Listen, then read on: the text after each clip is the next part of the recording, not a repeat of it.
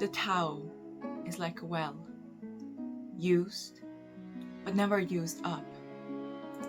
It is like the eternal void filled with infinite possibilities. If you realize that all things change, there's nothing you will try to hold on to.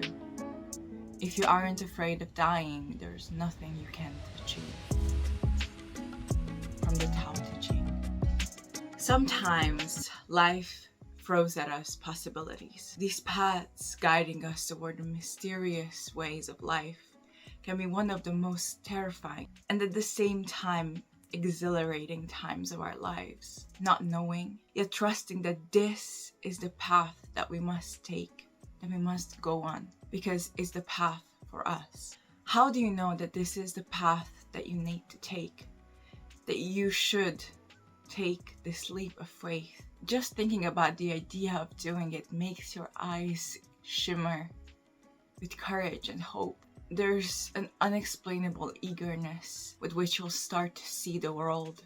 You feel determined enough to just drop everything and go. We're not who we really think we are. We can be many things at the same time and yet take on so many roles in our lives that sometimes we get confused and conflicted with our own ideas of ourselves. We tailor our identity to fit into places. We project our idea of how we should be onto our own environment while simultaneously allowing it to shape us into people that we don't necessarily want to be. People that we ought to be for the sake of others and not for us. What is it that we truly want? Who are we really deep down? What is the reason we are here? And most importantly, how do we live a life that not only serves us, but others?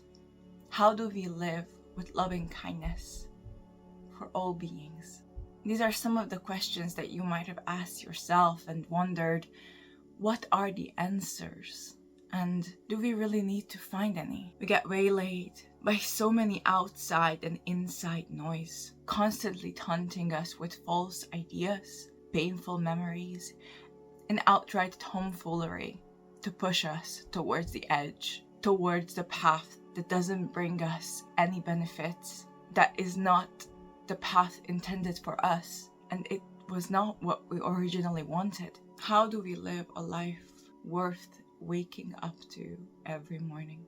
It was always a question I used to ask myself, because I had times in my life when waking up was a chore and sleeping was the best temporary state that I could find, because it hadn't gone close to death, but neither to living. I think in recent years there has been a push towards becoming, towards turning into our best selves possible. And yet there's still so much pain and suffering going on around the world, not just on a personal but on a collective level as well. Sometimes there's so much that we seem to feel hopeless. And although we cannot ignore, and we should not ignore, what is happening around us, we must also try to see what we can do in our own life to make a change. And whether that is your goal or not, there's more to it than meets the eye. And so putting everything into practice, seeing how we can do instead of think when it comes to changing our behaviors in order to achieve a certain goal that we want to set up for ourselves is crucial, because otherwise it's just ideas floating in space.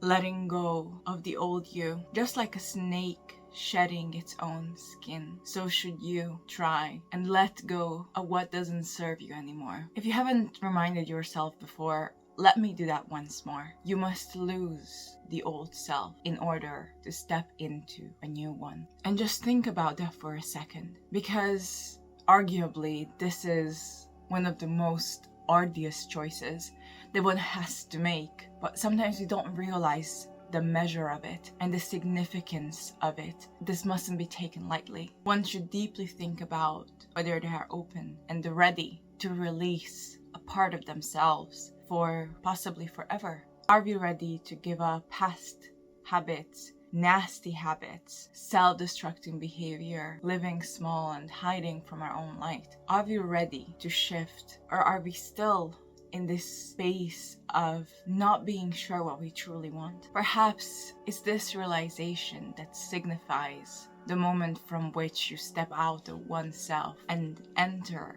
into another one. The transition between what was and what will be. The stagnation and the change. It must be important for you to understand this, because at its core, any decision is first a mental, spiritual decision, then that will be turned into a physical one. We must first be willing with our minds to throw away some parts of ourselves, and then the physical change, the material change that we seek will actually be implemented without us needing to truly notice and push towards it. And of course, so many times we start with the physical, but there's so much of that change until we realize that what was truly missing was this mental authority, this mental power that we didn't have before. Once something blows up in our inside, the unseen levels of the being, so will our outside outlook on the world change. With the wise words of the Buddha, once we change our thoughts, our external experience of the world and how we interact it and how that interacts with us will change as well. And I do believe that's true. I've had many times in my life when just a little shift in perspective, a little choice to do something differently that day had shown me that my way of interacting with the world has changed, and the world started to interact with me differently. Letting go can be symbolically represented by many things, with the use of journaling, saying things out loud, doing ritual work, such as burning away your old self, which it's meant to be a metaphorical representation, burying something that reminds you of your old self, and so on. However, this alone, once again, won't be enough. There needs to be real action. You must shift your focus, set an attention and intention that you will bring onto this next phase of your life.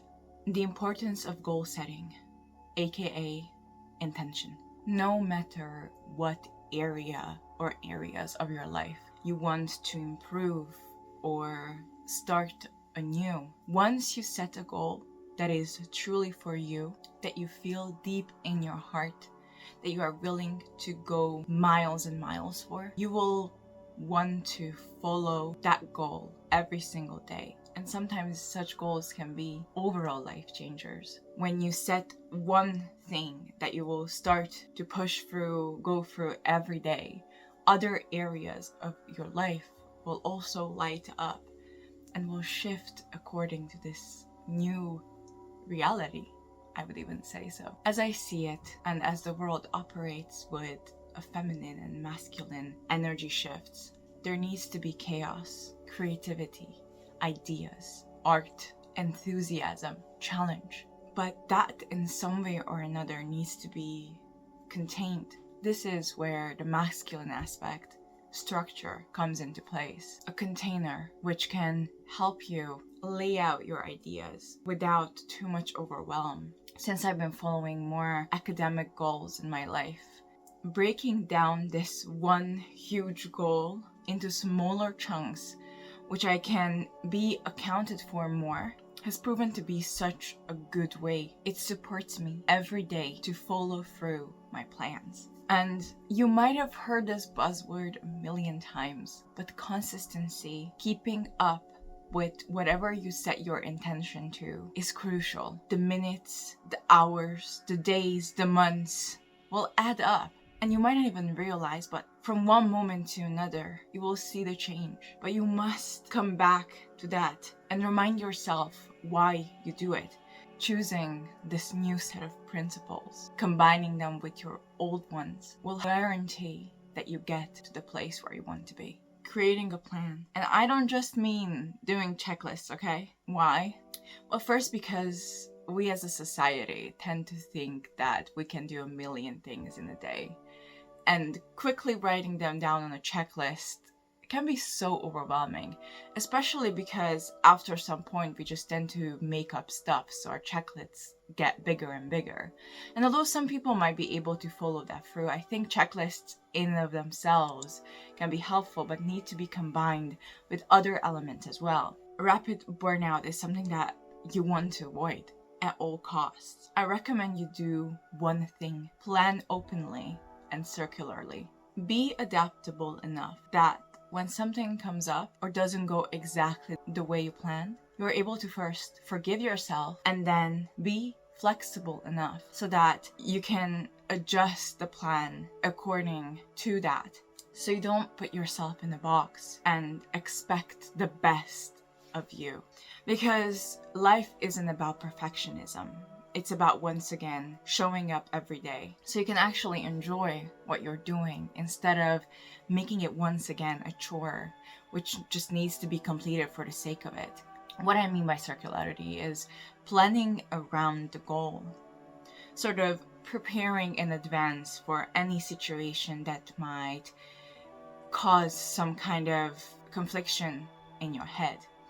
And so when I was preparing for my admissions for my master's program or even doing my thesis, what I would do is think and prepare for scenarios that I knew would come up when I would get overwhelmed or anxious or scared or unmotivated or even lost, and sort of ask myself in that present moment when I was planning, read this if you're overwhelmed.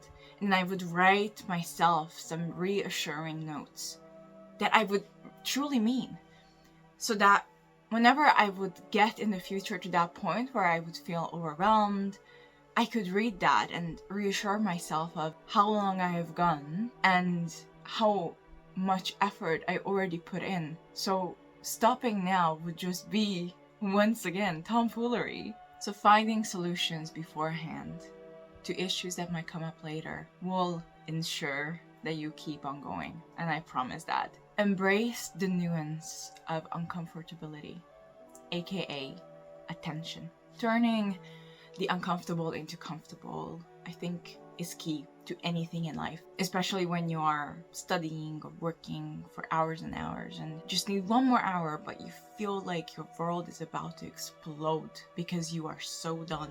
How can you make sure that that 1 hour isn't a painful experience, but rather serving you towards accomplishing a certain goal? Asking yourself in that moment, what can I do to make this moment feel less miserable? When it comes to doing any kind of work, studying, making sure that you set the mood right. And this might sound so cheesy, but I do support it 100%. Recently, I've been using study along streams to help me because, especially if you're the type of person who likes to study alone, sometimes it can get overwhelming that you are just by yourself. So these study streams can actually help you create a community of sort. But if studying with other friends or working with other friends or involving other people when it comes to your own life and plans can also be beneficial because it can create this sense of belonging. Using music, lo-fi beats or white noise, brown noise to soothe you into your workflow is perfect. And now just adding some tea, snacks to the mix, and also cleaning up around your space so the environment is also enjoyable to be in. But if you're unable to do any of these things, taking a few slow, deep breaths and just truly shifting your focus onto what you are about to do next, and then counting back from 5 or 10 or 3 and just start doing it can support you in getting started and getting that energy flowing. And one important thing that you must remember is to detach from the goal that you set and just enjoy what you have in the moment. Because when you start to think ahead, however that far, it might cause you distress because you don't know how this goal will turn out to be. And by some time, your goals might change, your idea of yourself might change, and because we cannot truly control the outcome, there's no 100% guarantee that if we do this every single day, we will get exactly the thing that we want. It's not a guarantee, but cultivating resilience and trust is at the utmost importance. Trusting that whatever you do now will benefit you in the future in any way. Whenever you do something that you know it's for you, that you might have given up some time for, but you truly down in your heart feel like this is the right thing to do, I promise you that in the future, however far away that might be, you will get what you were looking for. But it might just be disguised into something else. But I assure you that you will know. Your presence has purpose. The difference between becoming and changing. In recent years, all we kept hearing was this push towards change, growth, improvement, increase in whatever. And coming from a perspective of an economic student, I can say that so much of what we study and learn is focused on this constant, rapid, immense growth anywhere. So no wonder that our society, our culture, our mindset has been set onto this idea of constantly changing and growing and improving. There's no place for stagnation or even falling back. And as we evolve, we start to see these things as stop signs for our growth as human beings. Yet we want to do so much, and we are influenced by so many people, places, communities, that learning that being you, the way you are in this present moment, is enough. Reassuring yourself. This is why it feels so different to talk about becoming someone, becoming you, essentially, and changing into you or for you, right? Because change in and of itself involves a certain idea that how you are now isn't good enough. But when we talk about becoming, it means that you are just going towards a path or walking on a path that is meant for you. But that doesn't mean that you aren't good enough as you are in this time of your life. Letting all distractions and confusions fade away with becoming. Focusing on what your purpose is in the world. Focusing on how can you serve others instead of only serving yourself. Becoming you and finding your own place in this huge world will bring peace of mind and will set you free. Rest and times between cycles must happen. We must consciously choose to relax and to rest. It seems like the wheel never stops. These moments of rest, peace, calm will bring epiphanies. So choose your rest time wisely. So now as we move towards the end, I would like to share some journal prompts and a small little exercise that you can try out. So grab your journal and let's start writing. What is one area of life that you want to improve? Is this improvement truly yours to have, or is it societal? If it's not societal, do you feel a strong calling? Why? And how can you move towards that? Without thinking about an end goal, how can you better your life? What are the steps you need to take? Ask yourself, what is holding you back from going down the specific path? How could this be blocking you? I would like to choose a few cards, as I've already talked about this quite a lot, so the energy of this video seems to be set already. I would like to ask the cards, what is the future energy of the next year. The Nine of Pentacles. I always tear up whenever I read cards because they're just so spot on. So yeah, the Nine of Pentacles is what we got. And the Nine of Pentacles symbolizes the finish line. It symbolizes abundance. And this can be anything. Financial abundance, mostly referring to material abundance, which means that you are very close to achieving your goals. You can see it on the card as well, that there's this sense of accomplishment, that you will reach the finish line. So before we leave, I am going to ask the cards for advice on how this card can be fulfilled, to make sure that they don't fall out of my hand. It seems like all the suits are here, gracing us with their presence.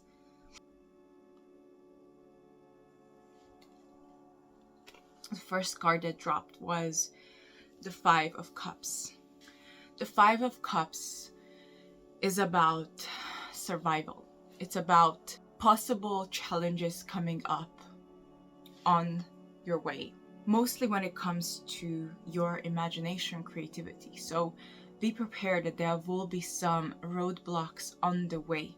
Once you become aware of this, that you might need to work a little bit more on your goals. You might need to just push a little bit more, especially when it comes to these challenges, especially your emotional state.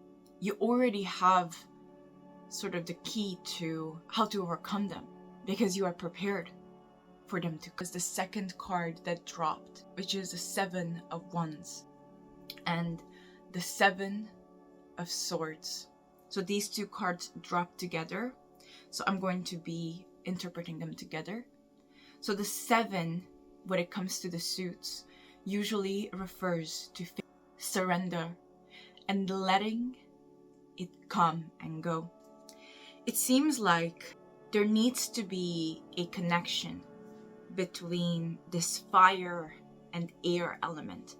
You need to build a strong relationship with your creative, imaginative mind and your more rational, egotistic mind. Trust that once these two will work in synergy together, you can let go of your worries. This is very interesting. These two working together, right?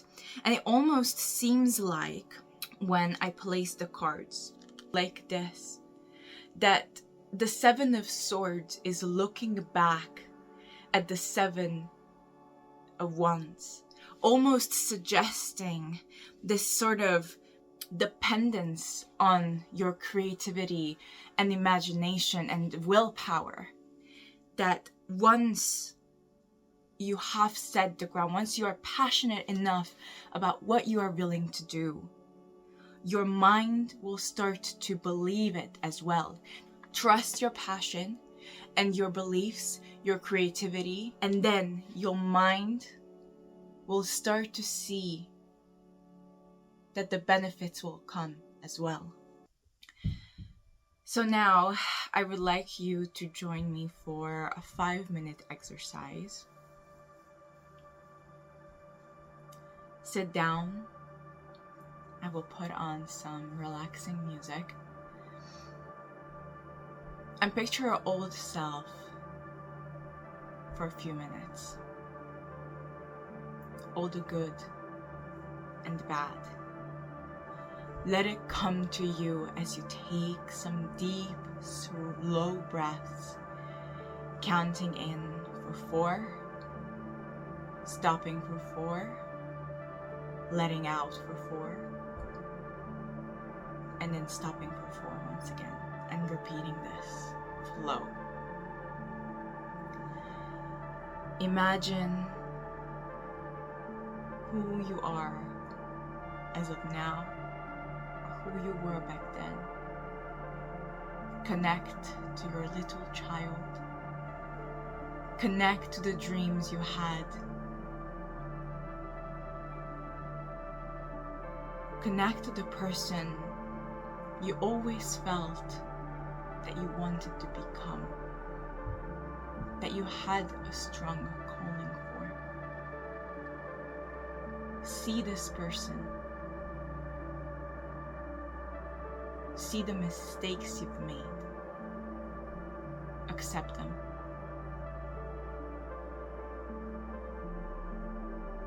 See the dreams you had as a kid. Choose them. See them.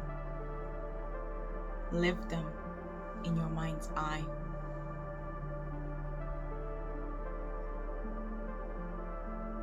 Imagine that whatever happened to you in the past has led you to this moment.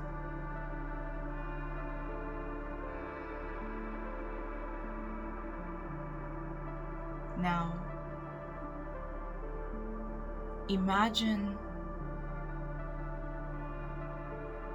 a new person emerging,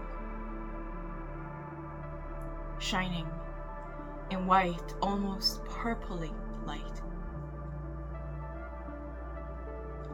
Allow that to just be for a few minutes. Soak in that light that is emanating from inside you. Let it all steep in. Then allow this old you, all that you are willing to release in this present moment, to be almost burned away by this light.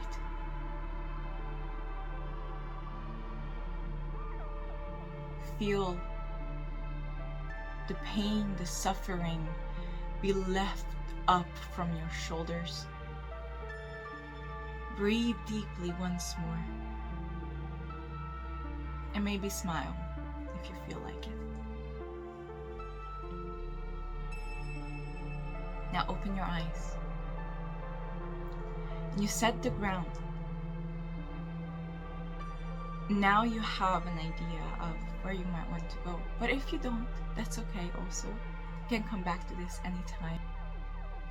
But knowing that visualization is a powerful tool can help you guide you towards a goal that you might want to fulfill. But just know that alone that won't be enough for you to help without proper preparation.